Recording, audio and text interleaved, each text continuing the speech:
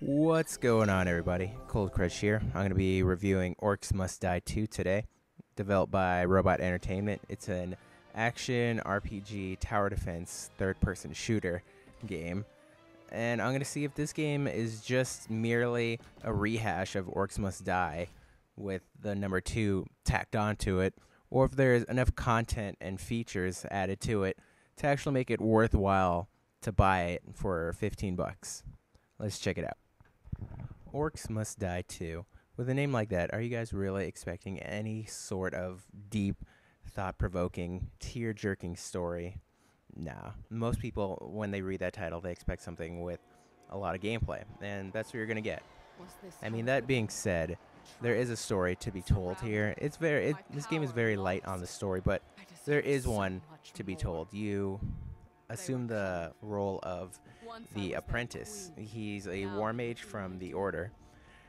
Since the first game, if any of you out there played it, what basically happened was they got completely wiped out, and your master, who had no faith in you at all, because let's face it, your character is a jock.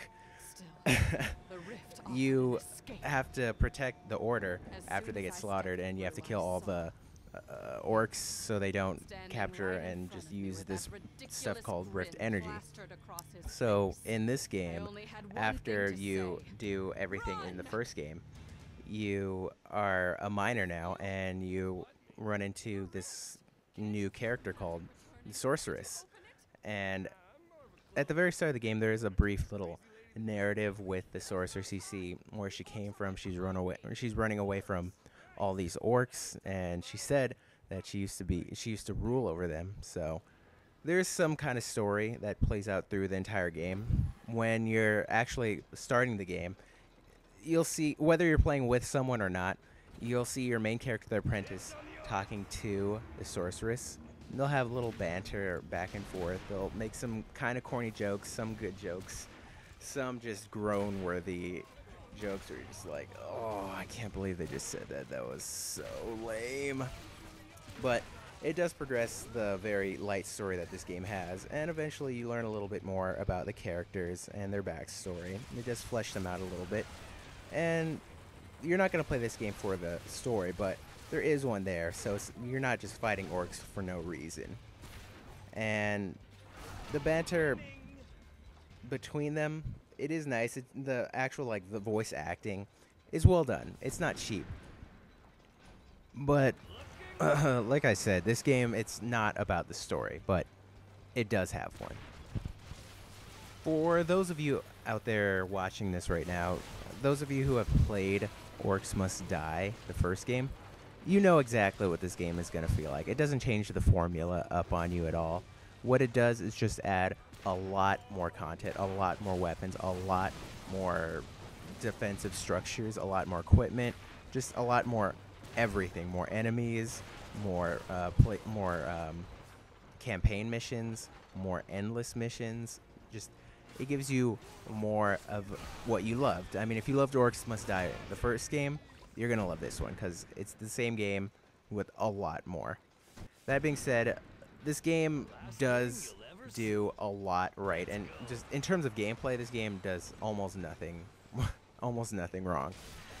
As I said at the start, it's a third-person shooter tower defense RPG game, and that's really, really specific. The only other game I can think of off the top of my head that is in the same genre field would be Dungeon Defenders, and by this time most people have played it, since it's on every single freaking device out there.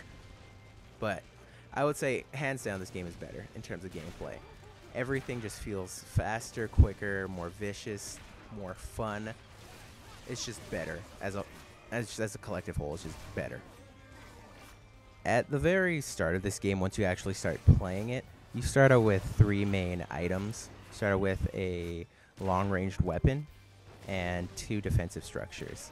Now, when you first start playing this game, it seems kind of basic. You're like, where are all the towers I have? I'm so used to being able to build whatever I want. I'm just this omnipotent god hand that's placing down whatever I want. No, you assume a role of a person. You watch them from the third person, and you place down your defensive structures with a limited resource count.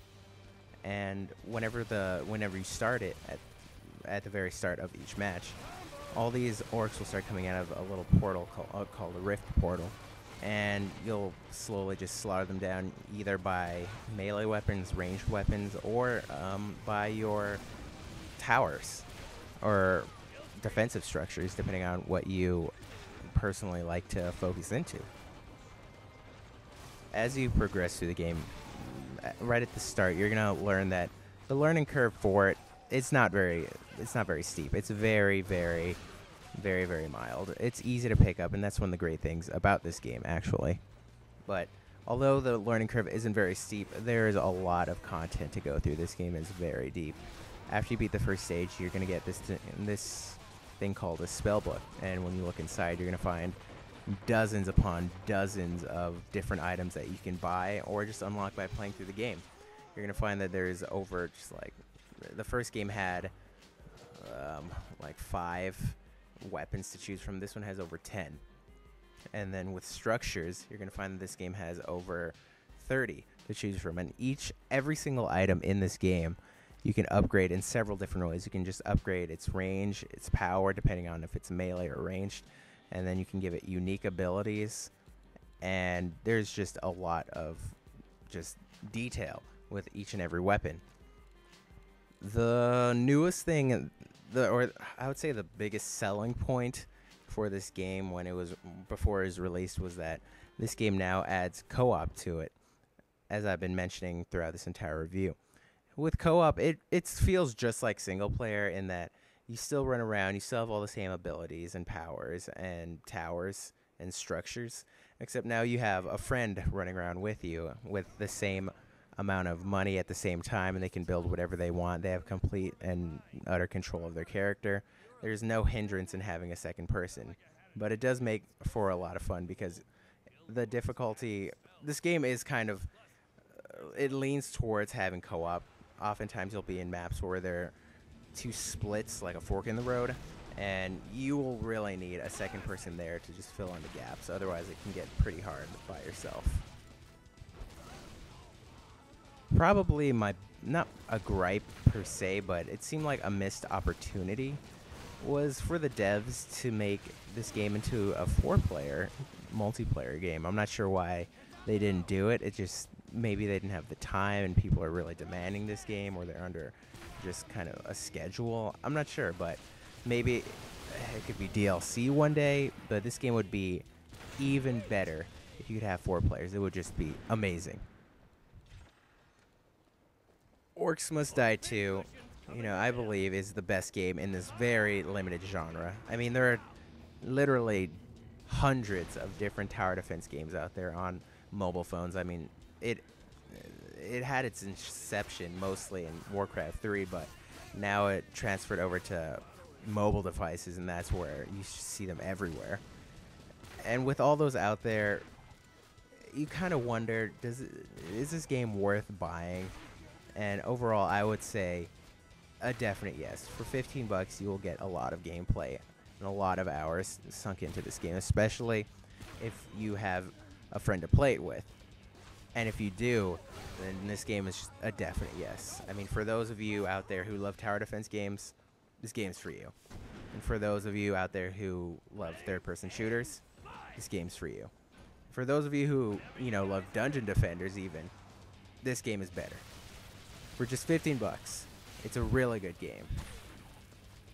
So you should open up your Steam and buy 2 copies, one for you and one for a friend. And don't forget to subscribe to me and like this video, and to check out my blogspot, which is crushReview.blogspot.com.